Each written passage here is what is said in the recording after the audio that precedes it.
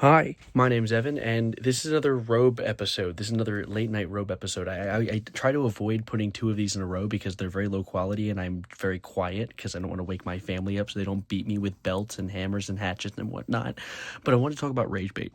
I'm rage baiting you by doing this video, but I want to talk about that because oh my god, you can't even hate properly on the internet anymore. I can't like get mad at people and then tell them I'm mad at them without things just I'm paying the money. I'm helping them. It's so irritating because like the thing is the age like we are currently in an era, of course, an era of information. Everyone knows everything all the time. If you ever need to know anything, it's just a click away.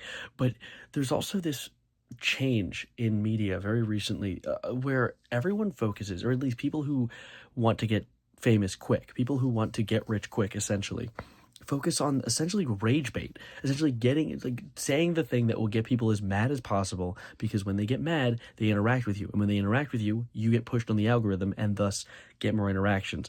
It's crazy because like that always existed on a smaller scale on the internet. Like there was always, throughout early ages of YouTube, bigger YouTubers who had got big because they did rage bait. Logan Paul is a great example. Onision is another good example. Like YouTubers who, throughout the history of YouTube, were assholes. They're morons, stupid, idiot, dumbass. Maybe like that's a good description. And they got big because of that. Because people wanted to watch them. It was essentially like an early era version of lolcows. Which, if you don't know what a lolcow is, it's like a phrase for a person who is so unwell, I guess, and they broadcast all of this that people can't help but watch. It's like watching a train wreck. A good example of this is like Chris Chan, which, if you don't know Chris Chan, I don't know. There is more information about Chris Chan out there than there is about the Bible. There is a lot of information about Chris Chan out there. So I'd say they're a good example of a lolcow. But there's more than that now. It's like people realize that lolcows got so much likes and so much information and so much interactions online that now all I see when I go into Twitter comments are people commenting things that are intent. Like I can tell they did not mean what they wrote. Like I can tell they wrote that because they're like, this is gonna get some angry comments. People are gonna get a little flabbergasted by this one, and then people will comment and they'll interact. I saw someone like comment like they commented on the new GTA 6 trailer for the new character Lucia, who is a conventionally attractive woman. There's literally isn't like I know objective is not a word that works there, but I'm going to use it because I like hyperbole. Objectively an attractive woman. And there was someone who commented like she's too fat. And people were responding. How can you stop? Like I know people don't know better. People don't know better because people don't know the algorithm. They don't know the back end of content creation like I've spent years doing. So they don't notice what's happening. But if you see a comment that makes you mad, and I'm going to use Twitter as an example here. So if you're ever on Twitter, God forbid you find your way onto that horrific website, and you see someone comment something dumb, if they have a blue check mark, which means they pay money to the site to make it so that if anyone likes their comments, interacts with their comments, or even looks at their comments, they make money. So if you see a blue check mark and they said something stupid, click off the post, leave the post, do not interact, don't even block them.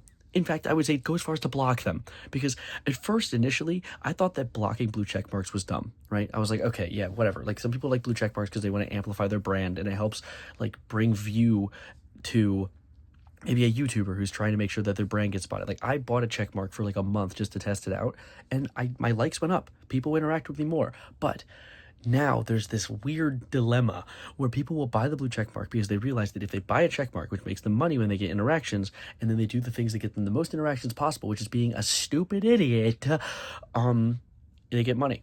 And so I what was a good other example? I had a screenshot of one that pissed me off to no end. I'm actually going to check. Hold up, you're back. I'm back. It's also about GTA 6. Someone commented on a discussing film, dropped in a trailer for the GTA 6 trailer, and they said, remove all the woke stuff and we'll play. I'm going to strangle the shit out of you. Like, it doesn't even make sense. They're like, remove all the woke stuff. And the trailer had, like, it's a straight couple. It's like violence and guns and explosions, what games have always been. I've seen people comment. I saw a bunch of people commenting on the GTA trailer, like, why does this game have? It seems like it's gonna be an anti-cop game. It's named after a felony. You nematode, you like sauerkraut for brain. Like it's actually insane. People are saying these things, and the thing is, They don't mean it. They're saying it because they know it'll get people angry. It's getting me angry. Look at me. I'm angry right now. But I'm not interacting with the post because I don't want them getting money.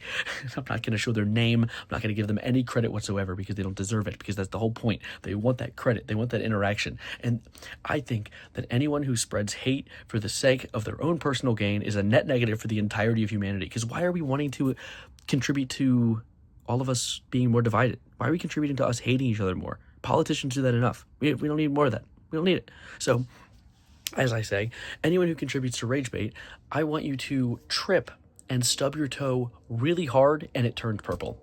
And then after that, I want your pillow to be warm on both sides. Anyone who's watching this and doesn't contribute to ragebait, cold pillows tonight, all around. And also, dare I say, to add on to that, no stub toes for at least the next 60 days. Now, that's a good deal. Dare I say, that's a splendid deal. So buy my cars at billshellcars@baltimore.com, whatever the fuck that website said. Anyways, I don't like ragebait. I think it is very irritating. I'm tired of seeing it. I'm tired of seeing people divide each other more for the sake of their own monetary gain, which is also something that pisses me off about myself sometimes, because my YouTube channel, there's times where I'll cover topics and I'm like, either A, I'm giving someone who's doing ragebait attention, which is what they want, or B, did I say A? I did. B, it's like I am essentially almost creating my own rage bait, which is something I never intend to do. Like when I make videos, I make it out of passion. I make videos because I genuinely find, either like on my main channel, I cover a topic because I think it's interesting, or on this channel, I talk about something because I find it interesting. Because if it wasn't interesting, I wouldn't yap about it. It'd be a waste of my time, because I don't make content for money. I make content for passion because I like talking, and I like when people watch me talk. And I appreciate that you guys watch me talk. That's basically the whole synopsis of that.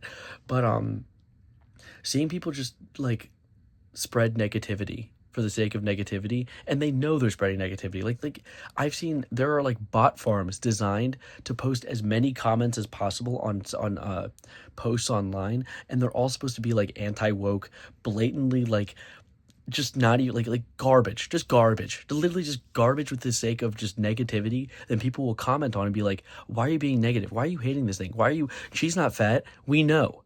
They know. Everyone knows. But the problem is, this post is just meant to make you mad. It's meant to make people mad.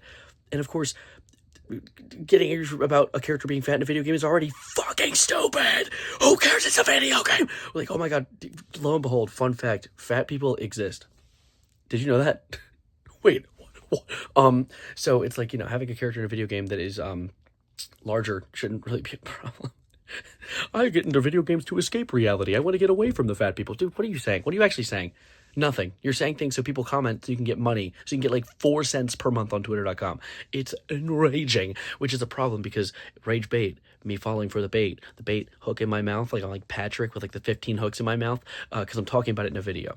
But essentially the whole idea is I'm trying to further the idea that if you are watching this, if you see anything online that you think is designed to make you mad, in fact, dare I say, in fact, if you see stuff that make you mad, period, don't interact. There's no need, really. Do you think you're going to change someone? Like, even if they're being genuine, even if the thing that they're saying is genuine, first of all, you're probably arguing with a 9-year-old. Two of all, you're wasting your time. You think you're going to change someone's mind via an Instagram comment, a Twitter comment, a Tumblr comment? Do they comment on Tumblr? I don't know. I don't use the website.